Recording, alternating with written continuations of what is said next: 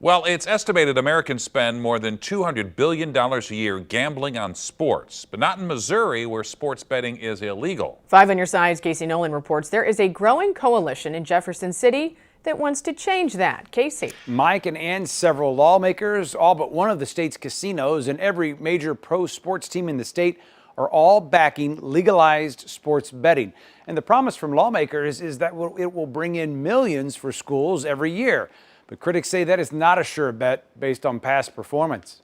Lawmakers are pushing multiple bills in Jefferson City that would make Missouri one of the more than 30 states where it's now legal to bet on sports. The proposed legislation would allow Missouri casinos and pro sports teams to offer sports betting on site and on mobile apps.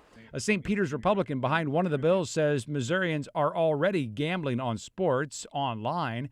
They're just doing so illegally on apps based in Eastern Europe and the Caribbean. There's nobody checking to make sure that people are of age. There's nobody checking to make sure that they're not on the gambling self-exclusion list. And then there's no revenue coming in to the state of Missouri to, help our infrastructure and our kids in schools. It's estimated sports betting could bring in $10 to $25 million in taxes for the state, with much of that going to schools. But the nonprofit Education Plus says in the past, lotto and casino money hasn't always resulted in additional funding for schools as lawmakers move money around. Do you think this would actually benefit education in Missouri? A lot of times statistics are thrown around that aren't really reflective of our actual commitment. We are appropriating more to education than we ever have in the history of this state. And there's more education federal dollars flowing from DC than have ever come. To me, this is nothing more than a big giveaway. Tax revenues need to be balanced for the state.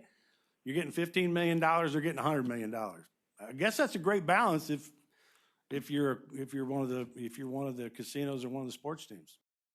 Now, the proposed legislation would tax sports gambling at a rate of around 10%. That's lower than Illinois, but more than other neighboring states.